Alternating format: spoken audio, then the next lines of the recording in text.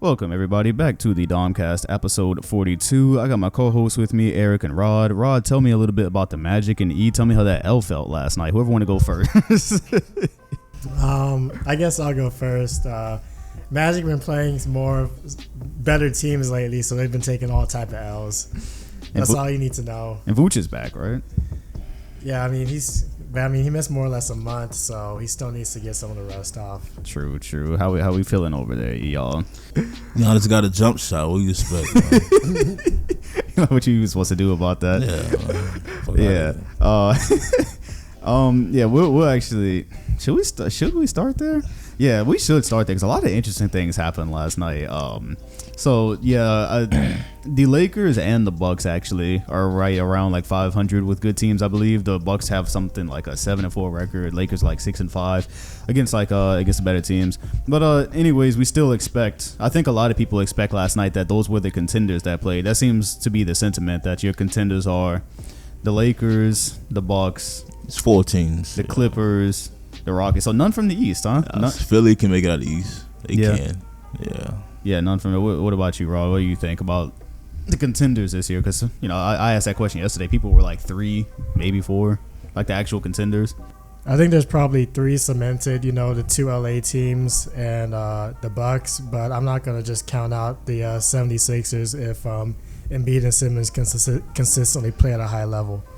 Right, yeah, it's interesting because we came into this year and everyone was saying we had like 10 championship contending teams. I think a lot of people have kind of fell back a little bit. I think when you look at it, it's like the whole contender and pretender situation we have every year. But we'll get to that in a little bit, yeah. Because Giannis last night was a crazy game. He pretty much more or less outplayed AD and LeBron, even though AD had maybe 2 more points, but. Giannis did his in less minutes, and obviously they ended up winning. Whole pace was controlled. And the real interesting thing that happens last night, I sent it to the group. Giannis, at a certain point, they go into a timeout, and he puts a crown on. Y'all saw that? Yeah, I saw that. Yeah. That man put the crown on in the game against the Lakers, who will probably, it's either going to be probably the Lakers or Clippers in the finals. That's what I think. Yeah, like I feel I tweeted out, like I feel like that's like when somebody slapped the floor on defense, like you can't get scored on the next play no matter what happened. Like that can't happen. Right. And Giannis, he put the crown on. If that's what he was actually doing, I'm pretty sure like somebody did like the lip reading and he said something like, "I wear this shit now." Like you got to make the finals now. Like, he got to make the finals. You don't got to win, but he have to be there. You gotta win. Well, not really, man. If someone pass you the torch and you still got AD and LeBron on the side, I can't knock him for not winning. But he do got to be in the finals. You can't be in you can't be at the crib watching tomorrow. You the king and stuff. Nah, you can't talk that talk and not back it up. Well, okay, I'm glad we got to this because that was written down anyway. So because somebody asked that question yesterday when I put that about like you got to be in the finals. You put the crown on, like it's a thing. Well, because they also put a graphic up of like how the torch has been passed throughout the entire NBA, stuff like that. And somebody was asking like, for Giannis this year, can he have the torch and not have won the finals? You know what I mean? No matter what happens, he ends up with another MVP this season. But if you get to the finals and let's say you play the Lakers and you lose, but you were like the best player, does he have the torch now? Or because I don't see how that works. To my understanding, the torch is when it's obvious you the best player or be the face of the league. It's not, that's how I thought the torch is passed. Like from my understanding from prior history, every torch was passed to the next best player or the face. I guess not necessarily winning championship, but getting to a point where you're getting close to winning championship. So if he go to the finals and at least perform at a high level, but he just get outmatched, I still say passing the torch because LeBron can't keep this up another decade. Oh yeah, he can't keep it. Yeah, obviously, like he's gonna retire. He is Giannis the next in line. Interesting. No, you can't hold the torch. Be getting bounced early in the playoffs. It just doesn't look right. You got to make the finals. You got to perform. Right. Right. So if he lose to whoever the Clippers, LA team come out, but he put up some numbers and he didn't have the same what happened last year. His torch is passed. Yeah, the way I saw it is, under those circumstances, if he gets to the finals and loses, I was saying like only way you have the torch is if someone other than LeBron got the MVP, the finals MVP. So say like it is Giannis and the Lakers and the Bucks and Lakers in the finals. Giannis puts up crazy numbers.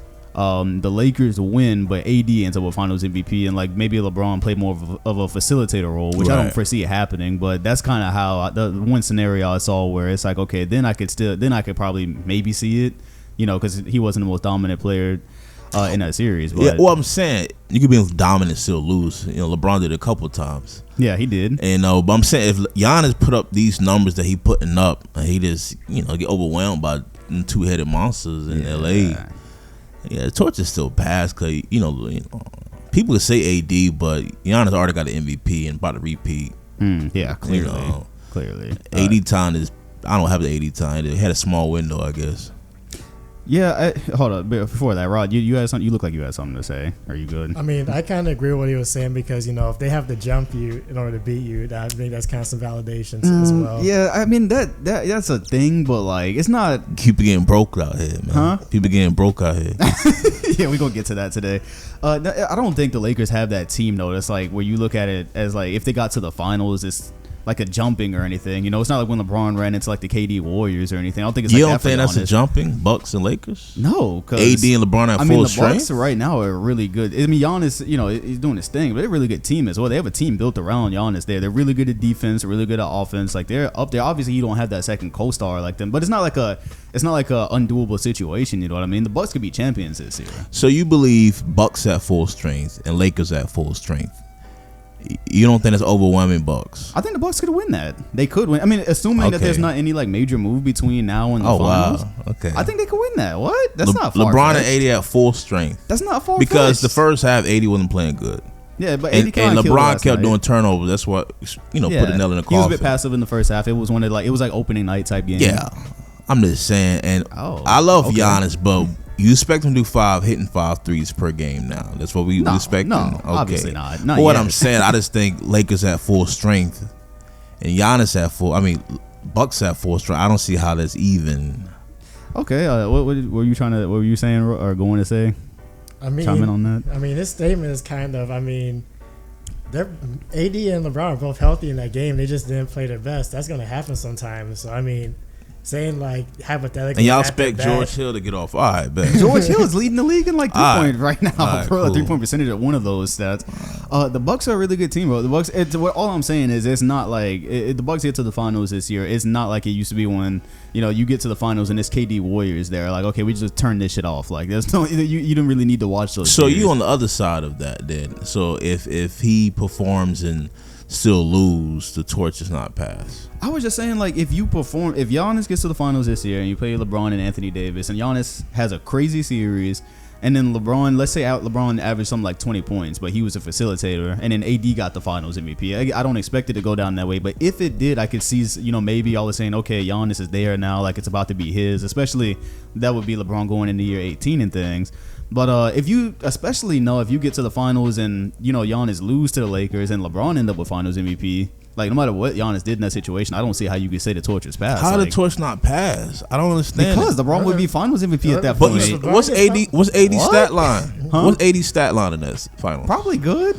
Well, I'm saying I'm still the king because I dominated. My partner dominated. MVP in a series like that, Chief. He's right now regarded as maybe probably still the best player in the league right now. I think there's an argument going on, but generally people are like LeBron's the best player on the planet. Yeah, I'm way opposite of that. I don't know how that works then. Yeah, I agree with Dom. If LeBron gets Finals MVP, you can't say the torch has been passed. How the torch not passed? There's no torch passed. You act like it's him. It's 1v1. It's UAD versus me. Okay, but LeBron. That's why y'all are getting MVP because he by himself. Keep it 100. Keep it 100. Okay. Because that's coming up too. Giannis right now is the MVP because he's putting up Wilt like numbers. Because he by himself. He don't got a co-star. He's putting up Wilt like numbers, and he don't have a co-superstar. That's true. Okay, then that's why he's getting MVP. That gives him the edge right now. But also it's because he's doing historical shit. He's better than he was last year right now. But mainly because he don't got a co-star. Everybody got a tag team. Mainly because he's a fucking monster. But I'm saying if LeBron had them same numbers, he'll still get the votes will go down because he still got AD dominating over there too. So you're saying like the typical thing, like they're cannibalizing each other. That's votes. True. That's but also Giannis's play right now still, like even if they weren't cannibalizing, like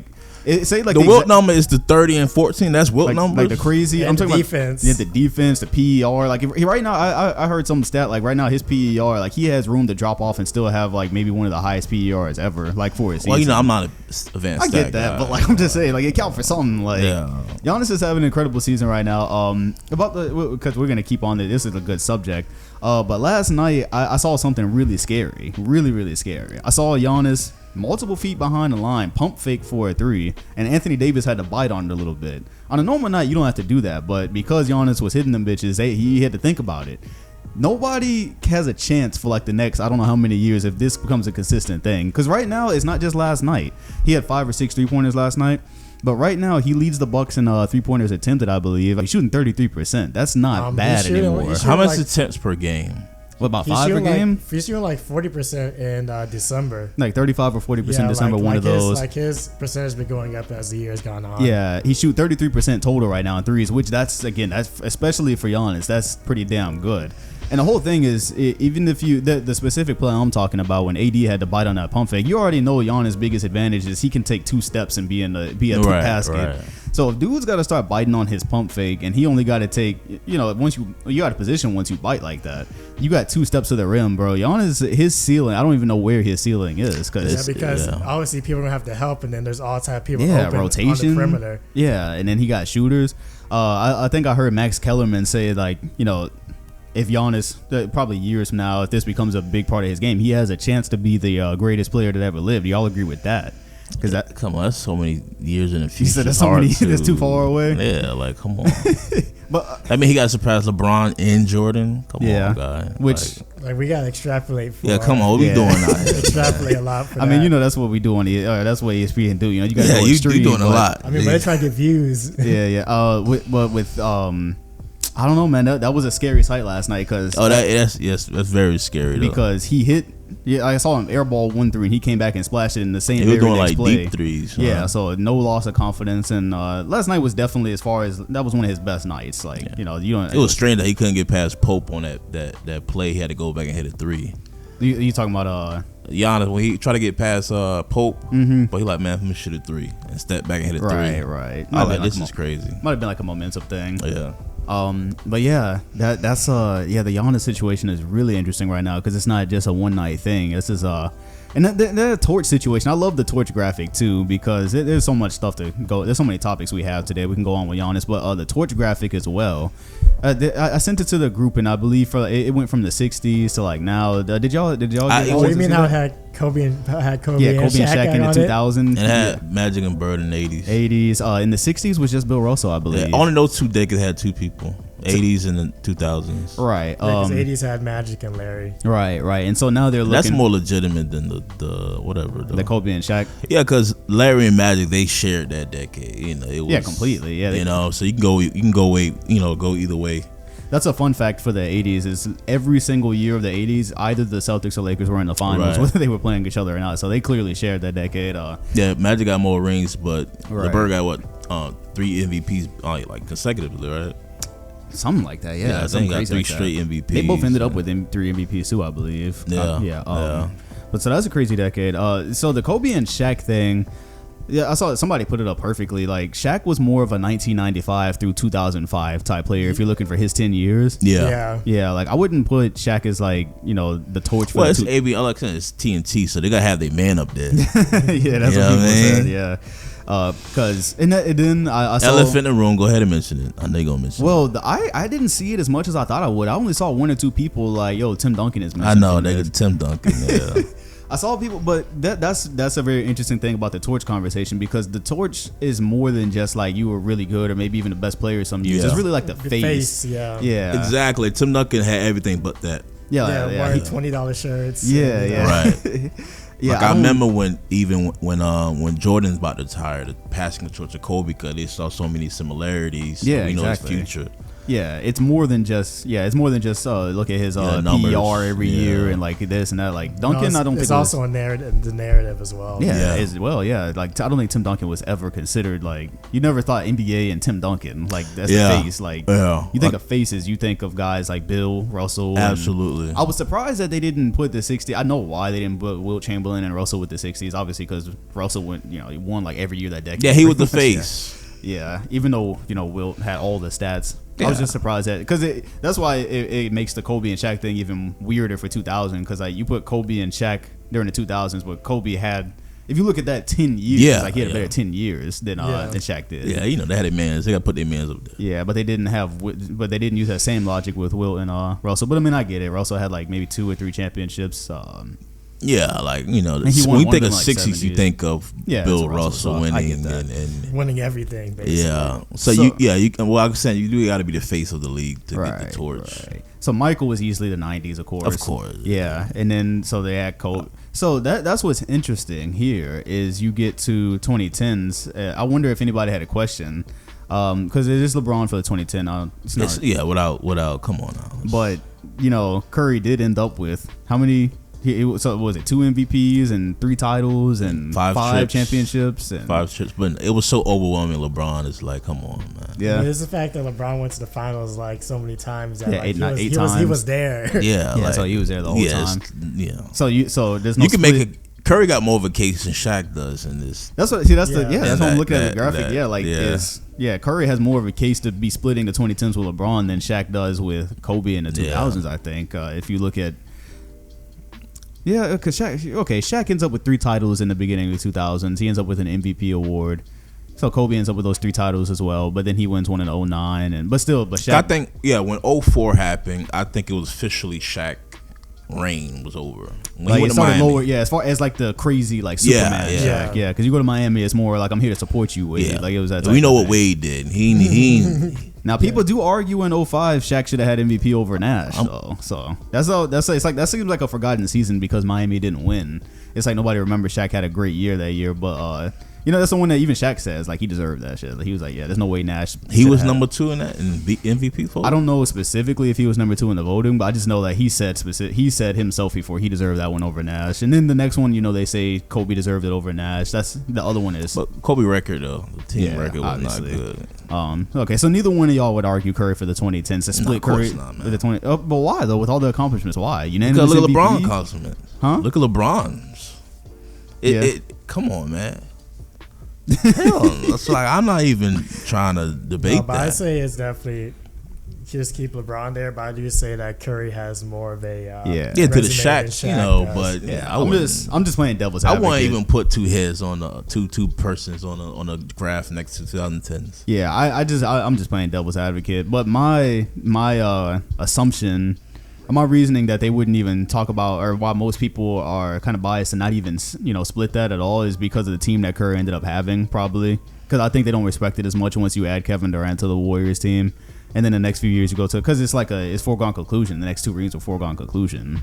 You know what I mean? Right. I feel like if he would have had that same run of 2 MVPs, 3 titles, but you don't have KD, then I think they will probably split it with LeBron. No, I don't think they would. You don't think they would? I think they would, bro. I think that's why they take it away from him. Only reason Shaq up there because he on the show. No, but I'm saying though, like, okay, but you split the 90s and 80s with, the 80s with Bird and Magic. Yeah, because hard to split those 2. Yeah, but I'm also saying like they were both seen as the leaders of their team. They're both getting MVPs and they're both going to the finals. And there was no question of whose real team that was, too, though, is the thing. Because you just said that about them. Curry did that. He got MVPs, went to the finals. I think why they keep them off that is the lack of finals MVPs, too. But I also think Kevin Durant being on the team as well. I think that's why they wouldn't give it to him. LeBron been to the finals every year that decade, wasn't it? Every year? Almost every year. Yeah, but why didn't he win them all? Once you got to this back end, he took what, two L's to the Warriors? Was it a 3? 3 L's Curry to the was Warriors. the face of the 2010s for 1 year. Okay, for 1 year he was the face of the league. Shot 16. Right. When the finals came, LeBron like, let me get that back, fam. And that was it. So Curry had to win that 2016 finals, and exactly. Then you can have a real discussion. Okay, it's a little different now.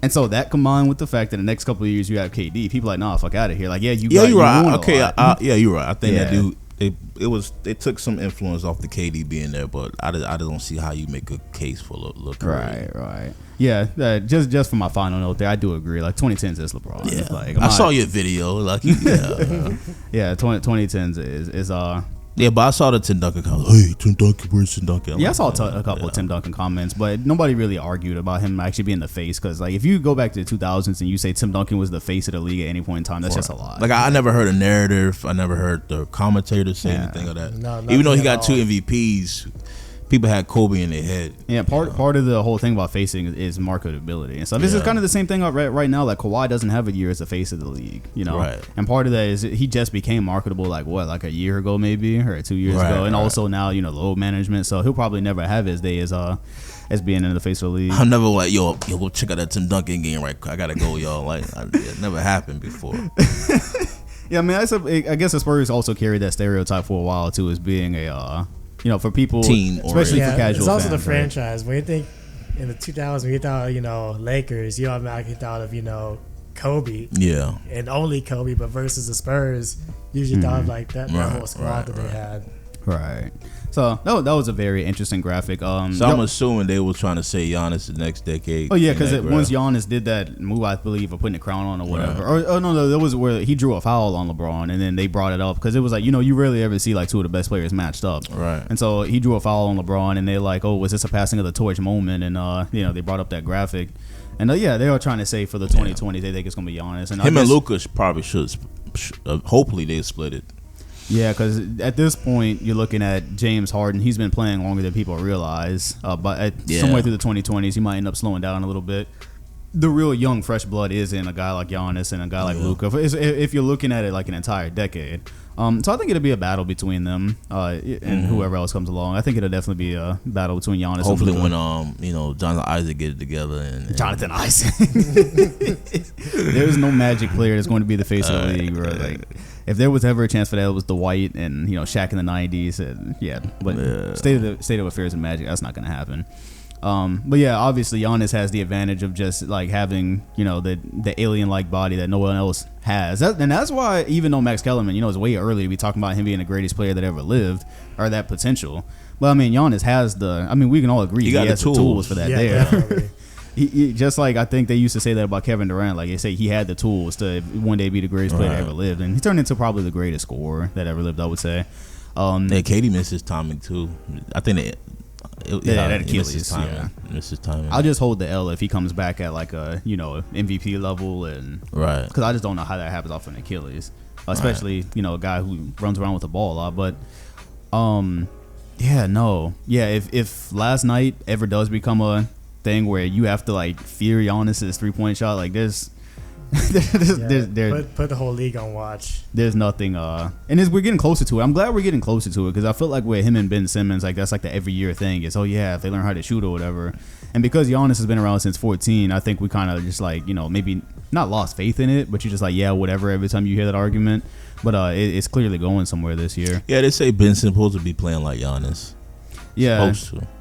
I forgot who else said it. They brought up a good point. They were like, the thing with Simmons, he is not as good on offense right now this season, but also the Sixers aren't really built around him. That's the interesting thing. Yeah, they added a lot of scoring pieces. So it's not like he's getting the same touches he was getting. And then also, even though he's a point guard, but I would just be like shot selection. And then also just structurally as well, it's like the whole team is built around Giannis in Milwaukee. Like that's his shit. Yeah. Like everything is built to make him better. You got to do it Embiid too. Yeah. So. Yeah, and I'm wondering how long they'll, I guess it depends on what happens. Keep that tandem together. I don't know. They should keep it together, but it's a possibility. Yeah, you just wait and see. I guess they get bounced out the first round. Yeah, you really got to question. They're gonna fire the coach first, then they got to see if they're gonna.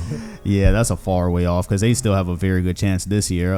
Thank God we got Bucks and Sixers on Christmas Day, so people can actually see that because the Sixers haven't been doing terrible this year, not even. But we do have the Bucks and Sixers on Christmas Day. The Bucks take the W last night, so they are the best team in the NBA as we speak.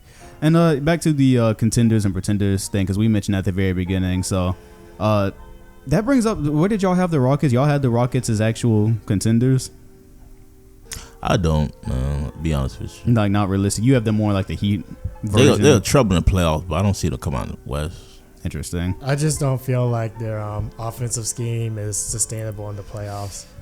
I feel like if they find out the things that they did last night and they take that, I think they're a very dangerous wild card in the playoffs. I just don't feel like Harden's going to get the same type of calls in the playoffs. Well, there's that, but okay. I don't think Harden going to give it up like that if he's not getting it going. I'm glad you brought that up because that was kind of the thought I was having here. Is Westbrook ended up with 40 last night. I think that's his season high. It's probably his best game with the Rockets. Yeah, absolutely. And it was a perfect Westbrook game because he got to be Russell Westbrook in the best ways. So it was he was penetrating, attacking the basket hard. Like he tried to kill Montrezl Harrell one time at the end of the game when he took off. And I was kind of thinking to myself, man, the Rockets kind of seem like they might be a better team like this when Russell Westbrook is allowed to go do what he wants, and maybe you use Harden as more as like I don't want to call Harden a second option, but more like the closer, more like not the same like ISO plays because they're much better. Like Russell Westbrook is much better on the Rockets like this when he scored 40. Yeah, but definitely when he has the ball in his hands and he's allowed to basically be a freight train. Yeah, Westbrook have to play his way. He has to play his way. He can't play no other way. He got to play his way. You have to. The other person got to compensate. Yeah, and that's what I'm hoping. Because I think what happened last night is I know James Harden got into a bit of foul trouble. So there was a time where Russell Westbrook just got to go beat Westbrook. Right. And I was like, that's interesting because they ended up winning that game. They came back and they ended up winning that game because they were down by like 15 or something like that, 15-16 for a lot of the game. That's against the Clippers. That's a major win. That's against this team that we've been saying like, oh, the Clippers match up with them perfectly because the perimeter defenders and everything like that. But then you just kind of, a night like last night reminds you, like, these are two MVP caliber players on the team. And when they're both allowed to do what they do best, like, that's some crazy. I wouldn't write the Rockets off the way everybody is. I'm saying allowing them to do their best, Harden best is ISO. Is to dominate the ball. That's his best offensive game. That's what he wants to do. I mean, obviously, he's having just like 38. So I don't see him, like, you know what, I'm having foul trouble again. Hey, Westbrook take over. I don't think it's gonna be a common theme though. Right. I get that because why would it be? But Westbrook also had a good game on Monday against the Spurs where he had 31. It was something similar to what we saw last night. But yeah, I was just that's where I was going with the whole thing is I don't think the Rockets really need Harden to do what he's been doing this season. Like I don't think they need 38 from to be their best. I don't think they need 38 from him. I think that's kind of like I think they're doing it the hard way is what I'm trying to say. You get what I mean? Like you're doing it the hard way where you let Harden basically carry most of the offense when you have a guy like Westbrook who can play the way he did last night. Granted, a lot of his shots were falling too. Like some of his threes fell, some of the mid-range fell. So that was definitely, he got hot off that as well. Yeah. But I don't know if the Rockets need Harden to be like that because they got shooters on the team. They got guys who can stand there that don't need to stand. Westbrook doesn't need to be the guy that stands there. Other guys can stand there like PJ Tucker, you know what I mean? Daniel House. They have other guys that can do that. I just don't know if you need Harden to have these historic seasons when you can like be splitting it up and I don't know if you say make Westbrook the number one, but like I don't know. That's kind of where I was going with that.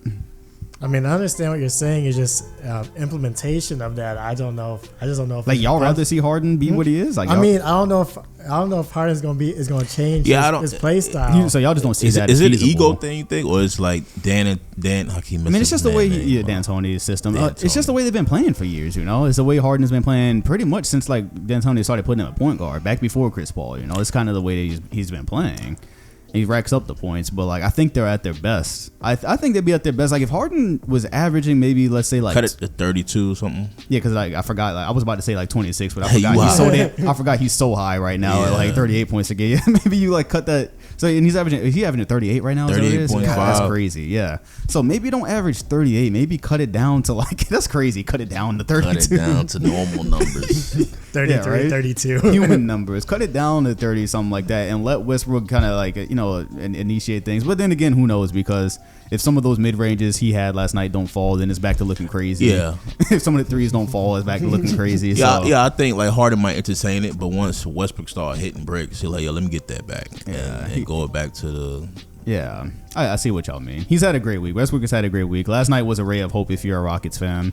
There is a way that, maybe you can get it to work. Because when Westbrook is just standing there, it makes absolutely no sense when you just let Harden do it. It's like, why is he on the floor then? I didn't watch the game. I watched the highlights because, it was 10:30. Man. I had to be up at 5. Oh, yeah, I feel that. So, like, did Westbrook get hot when Harden was on the bench? Yeah, that's what I'm saying. Yeah, because there was like a stretch in that game where Westbrook just took over and like the whole momentum shifted. Because the Clippers were in control for a lot of it. Okay. And then Westbrook kind of like led the whole whole thing. And he's penetrating and kicking the teammates, and attacking the rim was the main thing. Like, and when he attacks, one of two things happen. Like, either dude's got to come in and because who can still stay in front of Westbrook today? Yeah. Like, nobody can really still stay in front of him. He's still faster than everybody. He still jump higher than most everybody.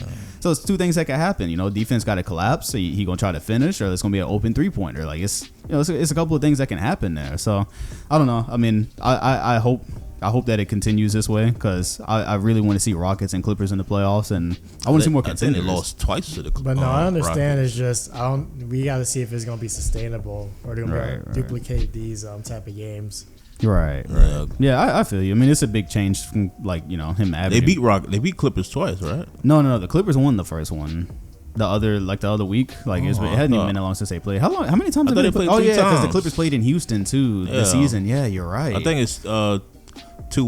Yeah, so the Rockets. Clippers only beat them once. Yeah. So that goes back to what I was saying last week, where I was like, people forgot that James Harden again led the charge against they were the only team ever competitive enough to really make you think they could beat KD Warriors, and KD Warriors don't exist no more. That's why I'm like, you get to the playoffs, and if him and Westbrook have figured out anything like they did last night, I would not write them off as a contending team. But I get why you would look at other teams that maybe fit better or have better benches, or any of those things. I get that, but yeah, I also have them a little bit higher than like the Miami Heat. Like, would y'all agree with that? Like, I'm talking about like as far as like championship contending. Like, I think the Rockets are a little bit more. I think they're a little bit more realistic than the Heat. Like, I'd be more surprised if the Heat were in the finals than if it was the Rockets. You know what I mean? I'd be more surprised that way.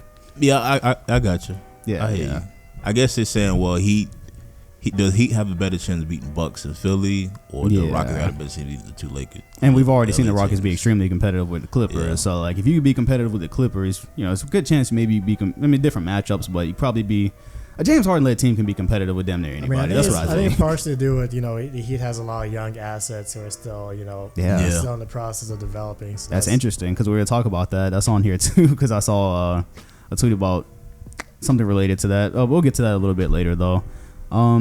So yeah, we're done with the Bucks and Lakers, which goes to, I think you wrote this topic down here about, because this was popping up this week about the 2v2 of AD and LeBron versus Kobe and Shaq. Did you write that one down, or did I did. You wrote that down. Yeah. What did you want to say about that? Because I was waiting for that to come up. I thought they were going to do LeBron, AD, and Kobe and Gasol first. I didn't know they were going straight to like Kobe and Shaq. He said it off mic.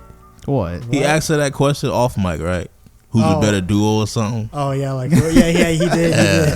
I'm saying they jump straight to Kobe and Shaq. They jump right. I mean, I guess over time, Gasol is getting less and less respect. I see. It's like, come on, man. But anyways, I get it. But what did you have in mind when you wrote that down? Well, I know it's Hot Topic, and I think he said cancer on the Twitter tweet. Everybody gonna hop in. I just thought it's a clickbait. It's a good topic to discuss. Of course, I'm biased. I'm gonna say the original Kobe and Shaq, because Shaq is the outlier. It's like, I don't know what you do. Right. I agree with them, because part of what made the duo so dangerous was that you have to double Shaq, and Kobe can cook anybody one-on-one. So I feel like you're going to have provide some kind of help on Shaq, and then you got to help Shaq. Kobe have room to move. So facts. The reason I wrote cancer on there was like on Twitter. I was like, yes, cancer everywhere. It's because like I was reading replies, and it's like, bro, I guess I'm getting older. People don't do their homework, but people act like there isn't documentation of Kobe and LeBron like head to head. Like, we don't have tape of them playing each other.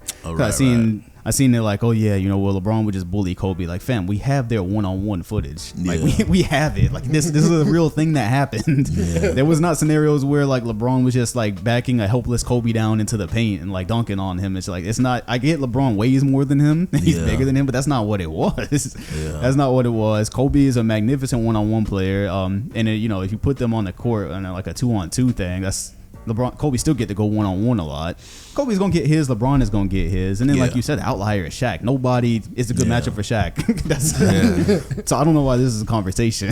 Like if that were to be a 2-on-2, you give Shaq almost any other superstar in history, and that duo is probably gonna win. Same results. Yeah, because like what are you gonna do? Like when Shaq start back you down under the paint. Like I know there was the 04 series where Wallace did a good job on Shaq Right. and Shaq still ended up with 28 a game, I think, on like 56%. Man, that's a good job. Man. Yeah, but 28 is better than 36. yeah, and as far as like taking them out of his rhythm and stuff and them not winning, I get that. Yeah. When you start talking about a 2-on-2, like I get AD being defensive player of the year candidate, but like Shaq probably got like But 2-on-2 means no help. yeah, There's no help side. Yeah, right. Nothing. There's no double coming. Ain't no weak side. That's all you know. There's nothing coming. There's Shaq backing you down under the basket. And I guess maybe LeBron can help off Kobe if he want, but any 2-on-2 in history, like you give MJ, KD, and Shaq, like it's AI funny when and people Shaq. say 2-on-2 don't realize you by yourself. Yeah, right. Like what you supposed to do with that? Like you straight like get ate up under the basket. Like you don't. I don't know if there's good matchups. And maybe Wilt, I guess. I don't know because that's Wilt, the only probably one. Yeah, or maybe Elijah Wan. Yeah. Elijah Wan's Yeah, only thing maybe did a decent job. Yeah, because apparently Wilt used to like throw cars and shit. So so I guess he could pick up Shaq or something. I don't know.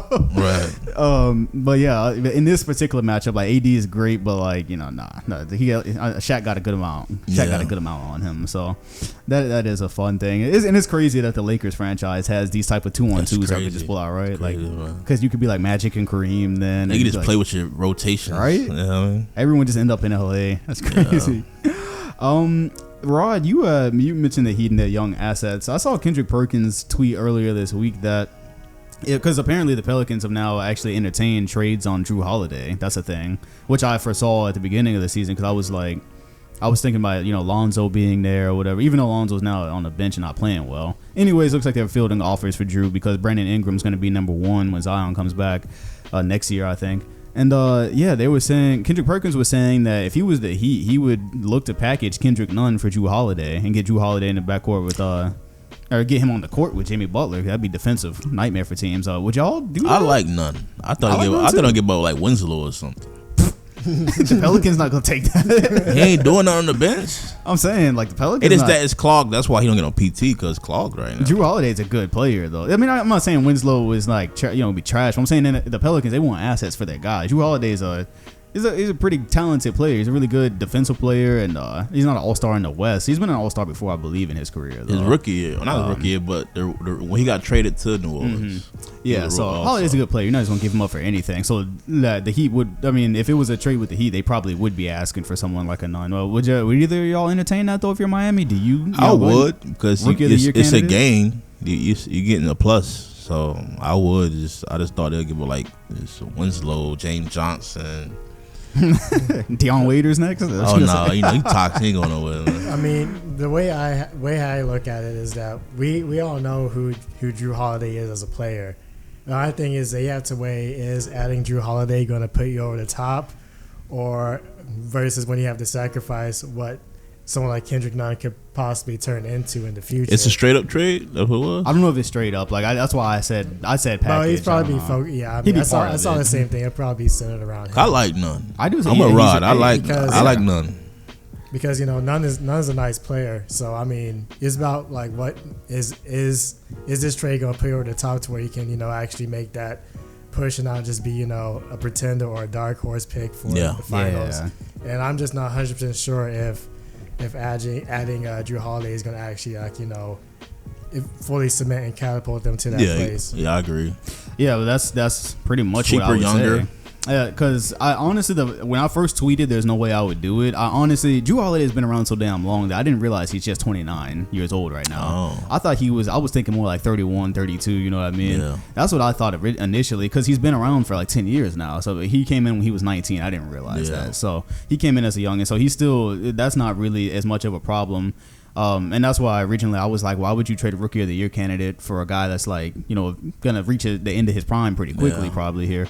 But I completely agree with Rod. In a move like this, you think about things like how good Nunn is right now just as a rookie, how good he's probably going to be in the future, and if that move is actually going to put you over the top. Like if you're Miami, you're weighing like, okay, does Drew Holiday actually bring us a championship home this year? Because otherwise you're trading away a guy who's probably going to be really good in the future, might mess with the chemistry, you don't know if this actually going to work. Like what Holiday is. Yeah. You know what he is, and you don't know if putting him on there right now is the difference between you beating the Bucks in a series, beating the Sixers in a series.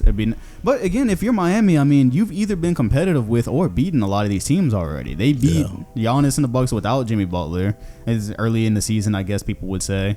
They were really competitive with LA just last week. That was a hell of a game. That was a real good game. Yeah, they beat the dust off the Rockets one of those games. Season. Who am I missing here? They just gave the Sixers their first home loss. That is true. And so you think about that, like, damn, we're regular season, but we're competitive with everybody, even though we're considered a dark horse. We're competitive with everybody. And yeah, I guess you're just weighing that when you're saying, okay, that's a big move. You're trading a big Kendrick Nunn. I'm gonna consider a big piece right now. I ain't gonna front. I thought it was like Winslow. You thought it was like that? Hell, I thought like Winslow, James Johnson, a pick. Hell no, it's Drew Holiday. I ain't know it's actually like Nunn. Yeah, no, that's a big move. That's a big move. I'll watch him on Instagram, especially if you're the Pelicans. Like, imagine having Kendrick Nunn, and then you can kick Lonzo to the curve. Like, okay, it's official. He's a bust now. Yeah, let's go ahead and move to that. Yeah, he's a bust, right? Who did I get that? Kendrick Perkins said he's a bust. Kendrick Perkins was like, "This is a bust." He's a bust, bro. His words were, "You don't draft a guy number 2 for this. It's not number 2 production." And then somebody was like, "Yeah, they drafted him because like."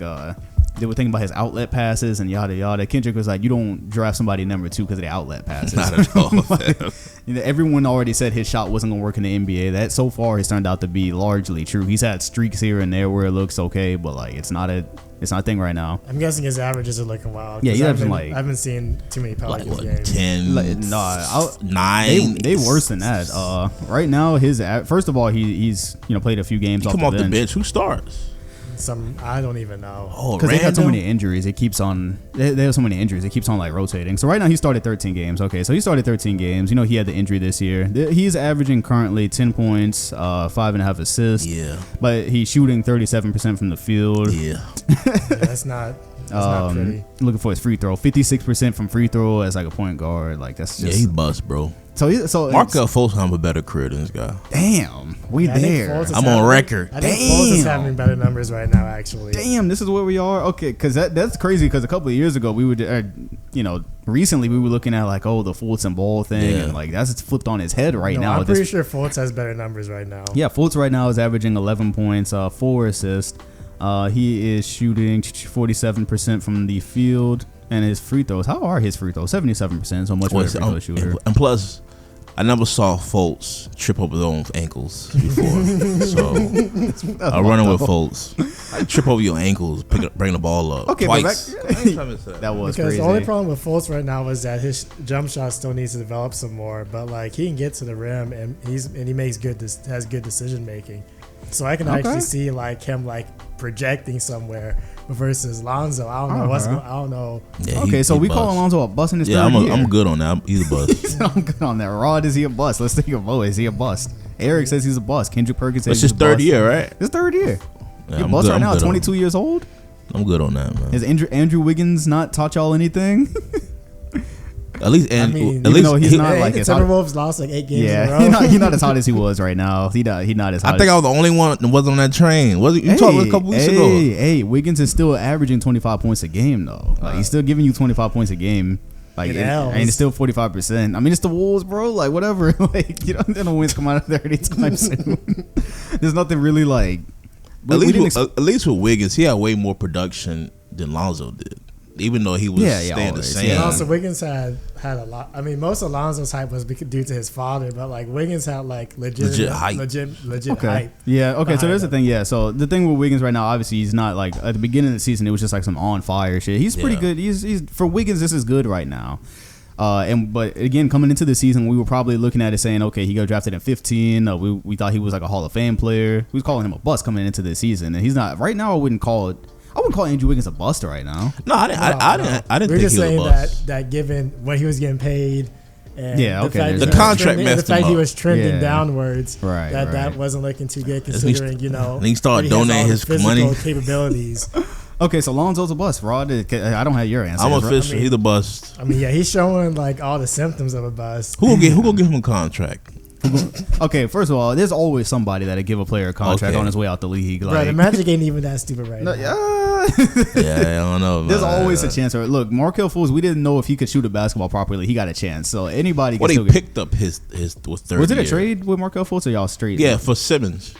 Yeah, Simmons, that was a Simons. trade. So they gave him a chance. They bet on him. They bet, and it's right now he's playing pretty good. But it's not really. You're not losing no money on that though. I Yeah, think when Ball come out, I don't know what he's demanding, but he gonna want a contract. I'm under the impression like you're not out until you out. You know what I mean? Like especially at age 22. Like Lonzo's not out yet. So bro. how many? Well, the fourth year next year, if he performing the same, then he's a bust. How many years you get? Well, I mean, my problem isn't necessarily the stats. My problem is the field goal percentage. Like you can't be shooting 37% from the field and the 50 You can't, and in the 50s for a free throw. Yeah, that's that. I mean, this is a trash season for Lonzo right now. Big man can't be shooting better on the line, bro.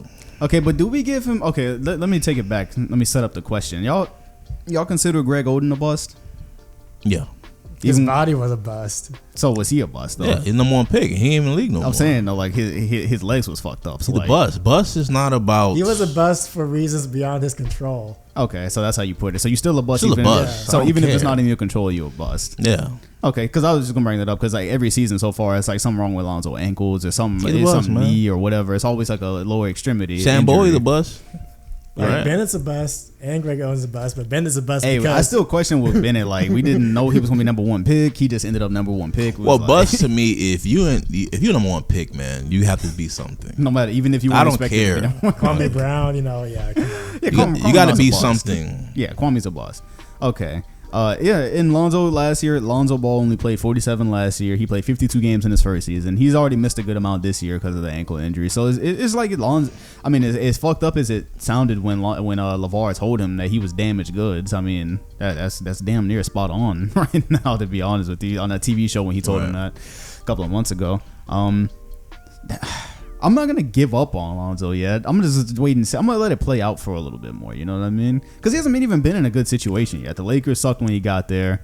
Last year he got He'll injured. never be in a good situation. I mean, what I'm saying is that at this point, like teams have to take a chance, see what's going to develop into it. I'm not sure that given, how he's played the past couple of years, if teams want to, even give him that opportunity. Because part of what we thought with the Pelicans being good, like back before we knew they were going to get injured the hell, part of what we were saying was like, oh, look at this. They got Lonzo, they got Zion. Like we imagined like it was going to be interesting dynamic between him and... It was because Lonzo going to be passing the outlet, yeah, passing passing to Zion. passing to So he would be looking better right now if he was in a better Yeah, situation. the outlet right? passing to Zion. That's what we was thinking. Yeah, I think Zion not being there is, because there's more of a microscope on them because Zion. There's no issue for Ingram though. He's still balling. Yeah, Ingram is ball, and that's what makes this really interesting right now. I wonder what Zoe's future is with the Pelicans, because what you look at now is when Ingram's Zion probably trying to get a max now. And on the just as far as like the team, like again, I brought this up a couple of weeks ago. I was saying I wonder how the dynamic works between Ingram and Zion when they return, as far as like number one options and things like that. But Lonzo probably won't have anywhere to fit in that offense anymore because he's not really useful in the half court. You know what I mean? Like when you put him in half court offense, what is he going to do? Can he still pass? I mean, he still pass, but I'm saying if everyone's sagging off of you off of your 3-point shot, you know what I mean, or they know that you can't shoot free throws, or you don't want his man to be clogging the paint for and you're not offensively gifted right now, and you're not number one option, you're not even number two option at that point. Like Zion, Ingram, I don't think his future with the Pelicans at this specific moment, I don't think it's I don't think it's a long future with the Pelicans. Yeah, that sound like a buzz. Yeah. I think it sounds like he's going to end up somewhere else other than New Orleans one day, because New Orleans going to move forward with Zion and Ingram probably, given health, and then Zoe move somewhere else, and we'll see what happens from there. We'll see what happens. I mean, I'm just not in the habit of calling third-year players. Because, I don't have a problem with him, trying to, being like one of the few, pure point guards left in the league, but like you can't be. That's not sustainable if you're shooting like 37% from your total shots. Like, even it's a terrible season. You got to at least be hitting mid range. Even pure point guards can shoot the ball. Yeah, yeah. All right. Because even Rondo, like he's a good, decent 3-point shooter now, but standstill super, But like before then, he could do other things. Yeah. So like, correct. All right, so I get your point then. I guess we. Like I said, I'm just waiting to see. But I'll see where y'all. How many years do you give a rookie? I mean, how many years after they draft do you give them to give them that nail? I mean, it's pretty. Like if this is year 3 for Lonzo. First of all, let me just see his. I'm really curious about how his contract looks right now, as far as when his So he signed for the 2020 season. So 2021 season is the end of his Pelicans tenure. So by that point, that'll be his 4th season. So I think if he come into next season, he's still extra trash, because this season is a lost year for the Pelicans, period. You come into next season and you're still extra trash. I think at that point you can more like, I think you feel more comfortable than just saying, yeah, that's a damn bust right here. You know what I mean? Yeah, man. You come in next year and Zion and Ingram are doing their thing, and you still like shooting 50% from free throws, and like you got nothing really going but an outlet pass as a second pick. Yeah, and you're healthy. Let's assume he's healthy next year. I guess health is a part of being a bust. Yeah, he need to at least get the free throw percentage up, because Fultz didn't even have a shot at a year ago. He had a little twitch thing. He can hit free throws now. So 56% as a guard. Ain't that like Shaq percentages? Yeah, like, man, you a big man hitting those free throws. Yeah, I don't really think there's a good reason like a guard can't hit a free throw like at that clip. Like, and you grew up with a wing player, like you ain't no. Yeah, come on, man. That's kind of unacceptable, honestly. I mean, he was athletic growing up too, so who knows? But you remember at his high school tapes, that's all we saw was like, jumping out the gym and everything, and then just 3-pointers too, but that was different back then. And we all said before he got in the league, the way he gathered his shot is not gonna and it's only again in streaks. He always got a lot of money because his dad hyped the hell out of his kid, man. I mean, I knew the whole time man was trolling. Like everything he said was like it was ESPN tactic. To be honest, I think that's why he's the number 2 pick, because of his dad influence. Nah, he's a UCLA legend still though. He is a legend. Yeah. Okay. UCLA legend. Okay. UCLA legend. Okay. Cool. Maybe. I mean, he was a really good player for UCLA. They didn't win that year, obviously. Who was the 3rd pick? That year, what year was that? You said 3rd pick for. Was it Tatum? I don't remember the drafts off the top of my head. I think Tatum was. Okay. All right, so moving on. Really interesting topic to talk about here. You brought it up earlier. Kevin Garnett says, I hate that I have to discuss this. Kevin Garnett says that the Celtics broke LeBron. Context. What was he like? It was Bill Simmons, right? Yeah, Bill Simmons, Celtics fan podcast. And they were just talking about the past, shooting shits about the past and the 2012 series and the Heat years and stuff like that. And it set Kevin Garnett off because Kevin Garnett like a war veteran when it comes to basketball. Like it's how he always treated basketball with like he was one of those guys cut from that cloth. So it's like war stories and shit. And he's like, yeah, we don't fuck with them basically. Like the Miami Heat, we see Bosh and LeBron and over there and Wade in the room. We say what's up, but like it's a mutual understanding. Like we don't mess with those guys. And so yeah, he's telling all these stories. He talks about how in 2011 he believes Wade tried to break Rondo's arm. Actually tried it, which. Y'all remember when he got tangled up and Wade? Yeah. I don't know if he tried to break his arm. I didn't walk away from that. Well, this KG truth. So yeah, this is KG going. And Ben Simmons. First of all, he's a Celtics fan. Second of all, like I don't really see Ben Simmons trying to slow KG down when he on a like war story roll. So he just let KG go off, and so KG goes off into the 2011 series and the 2012 series and talking about. First of all, he said about the 2012 series as well. He said the NBA had an agenda. And that's why the Celtics didn't beat them. And there was some questionable technical fouls in that series, I remember. So that's what he's alluding to probably. He's saying that, they had an agenda to get Miami.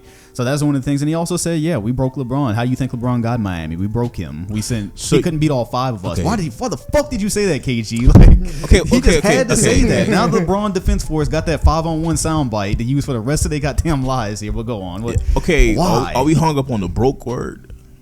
Are we hung up on the broke word? You think he hung up on the broke word or the actually? Yeah, because he was not articulate at all in saying, if you want to have a fair conversation, KG wasn't trying to have a fair conversation. Like, yeah, no, we broke this motherfucker, bro. Like, you know what I mean? He was on his war story path. You know what I mean? Right. So he wasn't he didn't articulate it at all. And once things get on the internet like that, like it's a fire story. Yeah, you know what I mean? Take the piece and it's but I mean, you seem like you were going somewhere with that.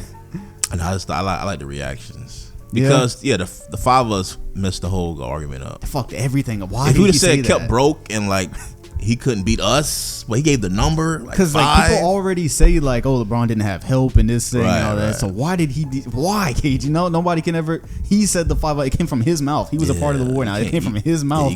You can't say I got my buddies who broke you. So, but how do y'all feel about what were you saying about the comments? I understand where he was coming from. Because that's when he left after that. Like, I can't do this by myself. So I guess broke in terms of I'm mentally fatigued of carrying a team.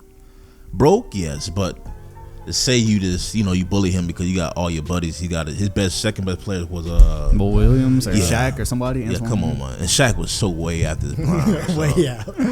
So. The 5 of us messed me up. I don't think he was as articulate as he could have been. Right. But I mean, there was other things like dysfunction in Cleveland that it wasn't just like he didn't get run out of town. Like there's other come on. Yeah. Stephen A. Go ahead. But I mean, even if you even fast forward, before the recent stuff when he came back 3-1, one of LeBron's defining moments was when he put up 45 in Game 6 against a certain team. Yeah. That if that didn't happen, I don't know how LeBron's legacy would have been would have been seen.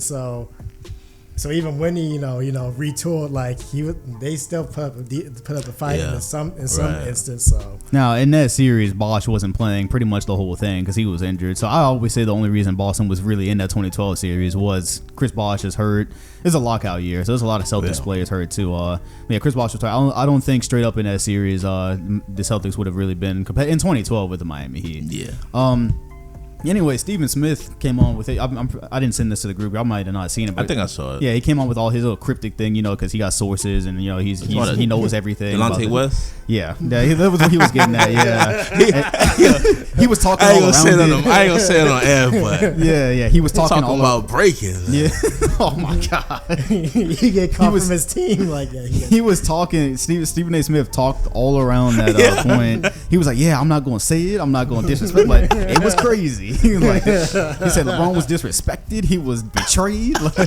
And we all knew what he was talking about, but ESPN can't talk. Now the whole thing. I mean, we're not gonna go into detail about the whole thing. I never knew that was actually like a real story. Like that's one of those things. Again, LeBron never acknowledged it. Nobody has ever really acknowledged it. You're not gonna acknowledge nothing like that. That's what Stephen A. said. But by Stephen A. talking about it, either he is lying and or his sources gave him misinformation, or it actually happened. He's implying that whole thing actually happened. I think it actually happened. If the way he's talking about it, I'm assuming he ain't gonna say. I know he's using mix up his sources, but I think this is legit. Yeah, because it's always been like an unconfirmed, confirmed rumor. Yeah, it's been a meme since for over 10 years. I remember when it was going down, but I remember like the lack of actual it seemed like one of those stories that would just be like a crazy thing, but there was never any like evidence. There was never no players talked about it. It was like the best kept secret, but it wasn't really a secret. So apparently that was going on as well, and that ties into people, especially Dan Gilbert, accusing LeBron James of quitting during that series. That's been 2, 4, and 6. He was pointing out the specific. Like Game 5, they say he quit, which I'm gonna go back and watch the tape of that as well, because I want to see, did he quit or did the Celtics like to box that ass up? Because like there was again like KG's comments at 5-on-1. But anyways, we don't know the Delonte West factor. Who knows? Yeah, I heard one rumor like, "Why you late to practice? I was your mom." It's like weird stuff. Yeah, all that again. Those were the stories we used to hear, but nothing has ever been acknowledged. But Stephen A. implies that it's true. Now KD came out and straight up called Stephen A. a liar one time, so who fucking knows if it's true or not. We're never gonna know. Right. It's a tell-all book. But here's what I said, because everyone's gonna wonder, like, well, what do you think about this? This is your title team. This is the Celtics and stuff like that. First of all, again, KG was not articulate at all, because it didn't help him at all to use a 5-on-1 comment. It didn't help to say like, oh, we broke LeBron James and this, and it didn't help to come in and I didn't think KG was one of those guys when he started talking about that was the league's agenda. You know what I mean? Because that kind of come off as sore loser for the 2012 series. Because saying it's a league's agenda is basically saying the shit was rigged. That was, and I do remember some BS technical fouls, but I've never been one to go back and say a series is rigged. But you have Twitter, Raw doesn't. All the narratives that came out that day though started getting really fucking stupid. That was the thing. That's why I just kind of sat it out, because now there was these narratives of, oh, the big three Celtics were put together to beat LeBron James. Like they had to put all that together just to beat LeBron. Like that, they're like making it seem like KG, Paul Pierce, and Ray Allen joined forces in some like plot. They traded like 10 dudes to get KG. Yeah, so they traded for. And first of all, KG didn't want to go. Yeah, that's the thing. That's another, again, the BS narratives. Oh, KG did this. Like KG was traded from Minnesota after they told him like, fam, you got to bounce, because he either had a no trade clause or he had like a trade kicker that he would have to waive to be traded. Yeah, and so he had to be convinced to leave Minnesota because he never wanted to leave there. Right. But then here comes Shannon Sharp and everybody else. Oh, the West broke you. That's why you left and everything. What happened when you were on the Wolves and playing against the Spurs? Yeah. The whole thing got conflated again, kind of by KG's fault, because he came out with he added to the fire of this whole thing. You know what I mean? But yeah, so narratives of that happening. revisionist history of the 2010 Celtics series. Again, I saw that with Stephen A today saying like nobody thought the Cavs could beat Boston. That's not true. The Cavs were the favorites back then. That's known as an upset. The Celtics series from 2010. That's straight up. That was called an upset. Yeah, it happened. I mean, going back now, you see that the help LeBron had, but like in like the moment, you're like we thought the Cavs team could still do something. I thought the Celtics were old. Everyone thought the Celtics were. I was one of the people. What year are we talking about? 2010 when this and they say Cavs was the favorite. They were the favorites. They were the best team in the NBA. I just like talking about the 09 one. No. 2010 is when they played. The Cavs had 61 wins. The Celtics were a 500 team at the end of that season. They split evenly. They won 20-some games. They lost 20-some games of their last 42 games or whatever. I think they split that evenly at 21-21. So people thought that was LeBron and Kobe year again. So the Celtics were not favorites in that series. I believe Mike Green was doing a call in that series. He called it an upset when that happened. So the revisionist history of that series. Of course, 2020 vision. You look back and now you see, of course, the Celtics had a better roster. But yeah, at the end of the day, like now we can look back and say the Celtics are obviously a better team. I wouldn't say the Celtics broke him as much as like. Yeah, I think the broke word got people all messed up. Yeah, I mean it is at the end of the day. Like there's been an interview with LeBron where he said that is what happened. Like he's his own words. I don't know where the interview is, but LeBron said in his own words, the Celtics taught him he needed other great teammates. That was his words. If he would have, like you said, he would have worded it better. Like I can't do this by myself. Yeah, he got his crew and broke Celtics air quotes. And he knew Cleveland wasn't gonna build anything. Nothing, man. Yeah. Especially apparently, and Stephen A throws the Delonte West factor in too. So like that's a lot going on for that man. At the time, there's a hell of a lot going on. I'm losing game. My mom, it's crazy. Yeah, but KG picked the bad part of history to revisit because at the end of the day, if the 2010 LeBron had like 2 Hall of Fame teammates, I'm not gonna lie, we would have got waxed. Of course, we would have got waxed in 2010. We would have got waxed in 2008. That's what makes it look especially funny. Is in 08, LeBron and the Cavs took the Celtics to 7 that year. Back when LeBron's best teammate was. Probably is it Jonas Ilgauskas that year maybe or I guess so. Ben Wallace or whatever. LeBron took them 7 that year, so it's just not a good part of history for KG to look back on because you start pulling receipts and it's like you start pulling receipts on what actually happened. And but yeah, we got it from all sides that day. People were talking about how the Celtics, they said that they're the most annoying championship team ever. I don't know if y'all agree with that or not. That's a sentiment about the 08 team. They say Paul Pierce and KG and they were like the most annoying. I think it's because they only got one. That's why they're annoying. Yeah, because they talk a lot, but only got 1 ring. Right. Yeah, and it started to look a little bit crazy too because KG and Pierce have the whole thing against the Heat and LeBron in that era, but like half of that team is gone to play with half of that starting lineup. Rondo on the other side right now. Yeah. Rondo's playing with LeBron right now, and he just by the way came out and said he loved LeBron. I believe in like a little quote. LeBron came like, "What's up with your man Commons?" Bro? Yeah, Rondo's title contending with him right now. Ray Allen went to the finals with LeBron twice, and Ray Allen said LeBron is one of his favorite teammates. Kendrick Perkins used to hug LeBron before the 2015 finals and tell him he's the best player in the league or whatever. Like, so KG and Pierce started to look a little bit crazy. Yeah, the old man on the porch, man. Yeah, they started to look crazy. I couldn't defend them. I didn't get on to defend Boston that day. Like, no, you couldn't defend that. Yeah, because they was getting crazy. But there was a lot of horse shit narratives floating around that day like this. I'd never heard that one before. The Celtics were put together to beat LeBron. Like I never heard that narrative before. That one's kind of crazy. But yeah, that is KG. That's crazy. Yeah, that was a fun day. That set Twitter on fire. Okay, what else do we have left here? LeBron. Oh, so yeah, Rod, you mentioned this. This is actually kind of part of that.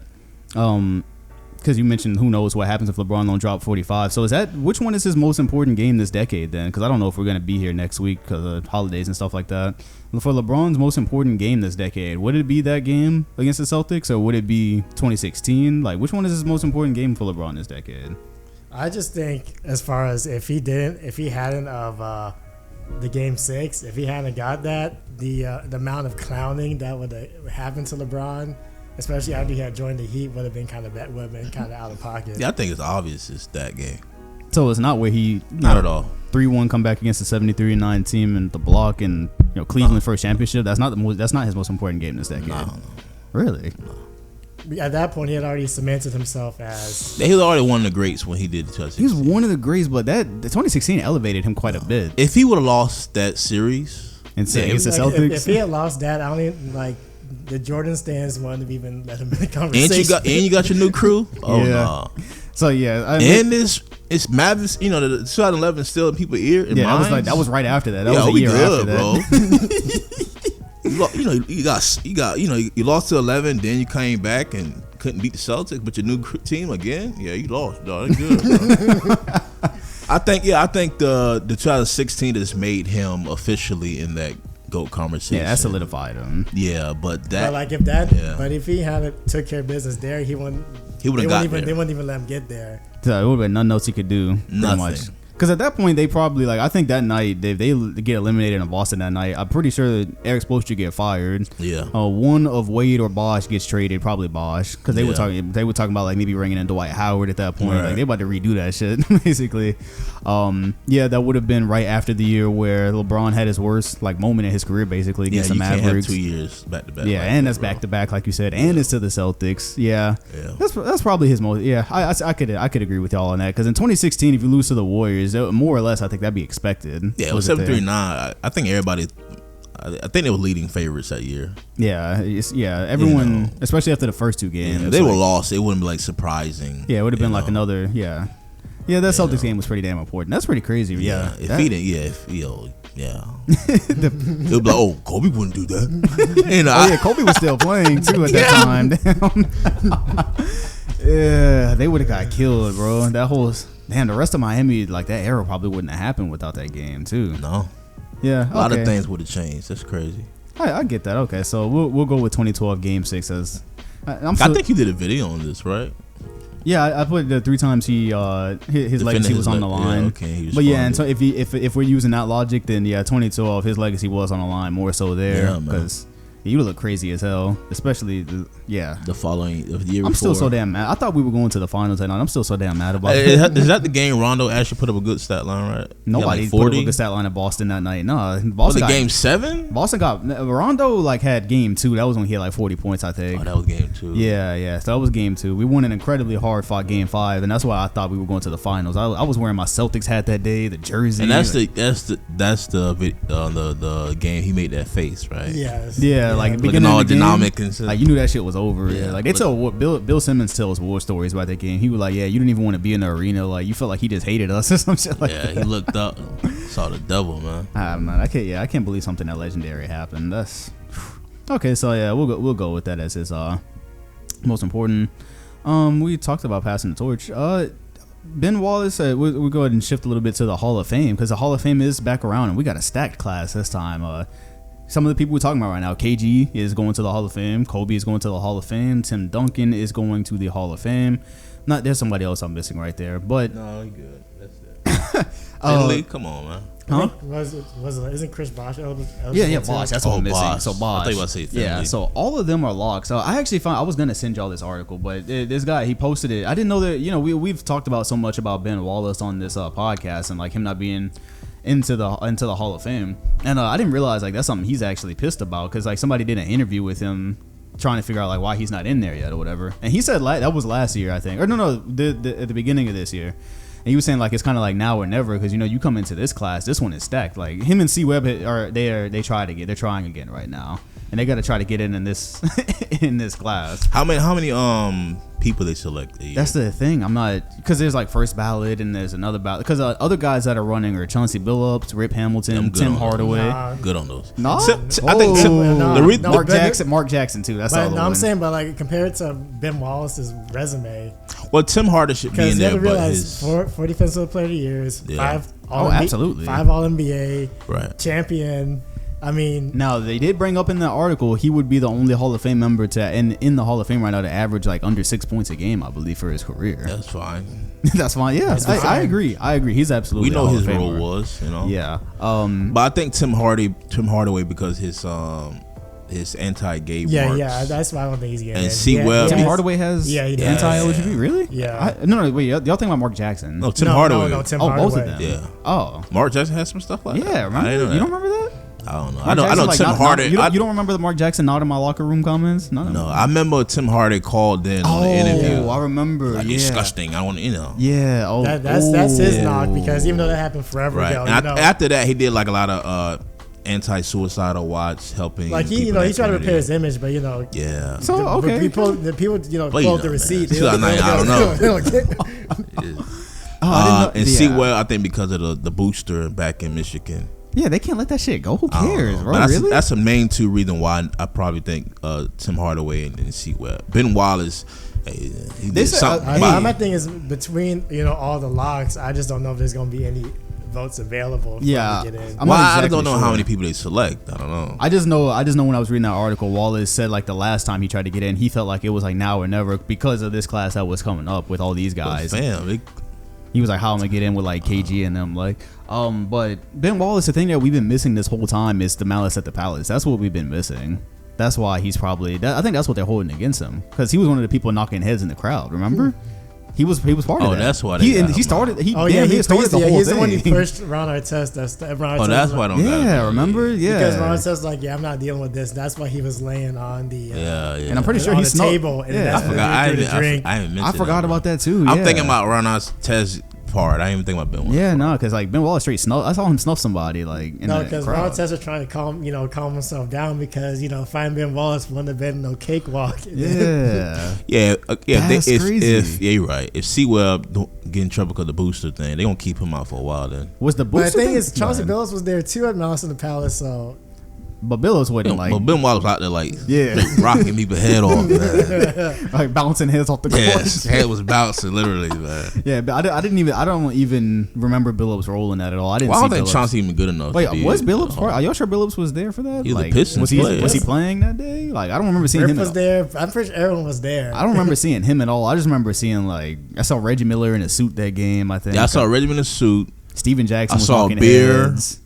I saw Ben Wallace's biceps. And that was it. With them headbands. Who the fuck wear headband on their biceps? I don't know what's wrong with this guy. Savagery. Like he meant to knock people out. That's Air Force energy right there. Yeah, man. Okay. Yeah, I don't think Chauncey's that good of a player to be in that. Oh, so yeah, that's what I was going. So y'all don't think Chauncey? I don't think he has enough of a resume. He got a finals MVP. I know he has a finals MVP, but I mean championship, All-Star, multiple All-Stars. Yeah, but by definition, he's kind of Hall of Fame. By definition, he don't got no international work either. I'm good on him, man.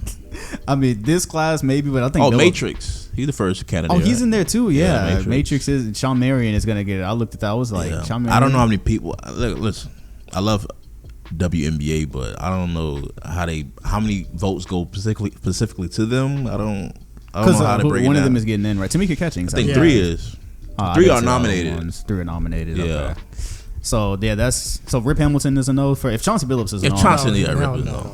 And then Mark Jackson's a no for one of the best point guards ever. Don't he have like some assists? I know he's up there in assist and maybe 3-point. If Tim Hardaway is not getting in for anti-LGBT comments, and Mark Jackson is, because his whole thing was like he literally as a coach, not in my locker room. I remember that. Like, I just know you're not cool with that. They got an audio clip of Tim Hardaway going in. Yeah, saying like they disgusting and. So the Tim Hardaway really? There's like a legitimate. I've heard about this, but I don't remember. They got a full audio of him on the phone live on TV. It'd be kind of hard to like justify. Yeah, I don't know. We'll see, but he's trying, and C Webb is pretty trying. sure Kevin Johnson on his 18th. I don't think he's trying right now. Is he? I know the 18th. Every year he's there trying to get in. So. Yeah. Ben Wallace should get in. They should have come on since this class was let them all in, man. Let them all in. Let them all in. Let them all make it the greatest class ever. Just make them all in. Yeah, Ben Wallace at some point or another, like, fam, the malice. You can't be ashamed of your history, fam. It happened. Like the thing happened. He came back. Like I don't think they really had any more problems with him after that. Yeah. Like there's footage of malice at the Palace everywhere. Y'all acting like keeping him out of the Hall of Fame is gonna make us forget that happened. Yeah. Like, bro, it happened. But maybe they're trying to send a message. Who knows that, like, hey, because this really bothers him. I read that whole article and he was like that. It bothers him that he can't do anything more for it. He did everything already, his accolades, and like he can't play anymore. I understand. I understand Ron Artest because he actually. Well, yeah, because like he's straight like. But Ron Artest had a full career after that. You know what I mean? The Lakers, the Rockets, world peace, metal world peace. Yeah, but I understand Ron Artest. But his career was never the same after that. Yeah, I understand that. But Ben Wallace, fam. Yeah, absolutely. Ben and so we go hard for Ben Wallace. Chris Webber absolutely deserves it too, does he not? He deserves. I guess it got to be the booster situation. No, I'm saying like, but y'all go as hard for him as like not as much as Ben Wallace. I'll just see how. Ben Wallace got actually hardware. His accomplishment list first though. I mean, eye test, yeah, but the thing they said about Chris Webber was like, there's a whole like small era where Because he was getting hurt a lot. Yeah, there's that, but there's like the Kings, like they kind of like had an era where it was like they were one of the most exciting teams. He was the head of that. He was, superstar talent, that type thing. So yeah, I mean, I think he should be in, but in this again with this class, I'm not sure exactly how it works. So what about the buddy with the tattoo on his Starberry? Because of China, I think he'll eventually get in. Yeah, cause I know he got a lot of. He had a couple seasons averaging like 20 plus. Yeah, I mean, but he left NBA a long. But I'm saying you got a lot of Europe. But I mean, yeah, because of China. Does he? I feel like there's something like weird with his career. Marbury wasn't a part of nothing crazy. I mean, he was. I know he wasn't. He wasn't a good locker room guy. But nothing crazy. Okay, yeah, he just bounced after he played with us. Like he had conflicts with a lot of people on his team, coaching staff. Yeah, I don't think Matrix is the first ballot, but he'll get in eventually. Matrix has the accolades for this. I don't know. I don't follow Matrix like that back in the day. I know. Yeah, I know he got a championship with Mavs. That's it. Yeah. Okay. So he got the title. Shawn Marion, he was very exciting with the Suns as well. Yeah. Averaged 15 points for his career. Got 4-time All-Star.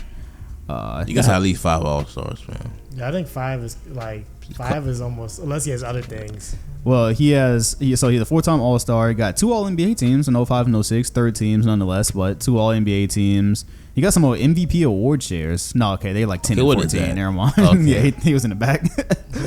I mean, it counts. Like you get not really. I didn't know they go that deep. Yeah, I know. So some years it does. So 4 All-Stars, 2 All-NBA teams in a championship, and 15-point per game career average along with that's an offer. At least 5 All-Stars, man. That means you at least one of the best players. 15 and 9 for his career is his average. So 16 points, 9 rebounds, 4 All-Stars, championship, All-NBA. Damn, bro, you talk to. I mean, I get it. You want the Hall of Fame to be like the Hall of Fame. What I'm saying is All-Stars. I mean, the Hall of Fame we want isn't the Hall of Fame that we have. That means you one of the best players in the league for 4 years. One of the better players. Yeah. Yeah. Come on. And then maybe 5. Yeah. Give me 5 All-Stars. Like everybody, because then people could argue maybe there's some years he deserved to be an All-Star that he wasn't. I don't know. Back in the day, it was nobody got snubbed. Right. Besides Monte Ellis, maybe. I don't know. No in the Hall of Fame, I think he'll be in. Because the thing is about All-Stars, that because of voting and whatnot, that can kind of be snubbed. But like All NBA and those other accolades, those are those count too, because those are harder to get snubbed from.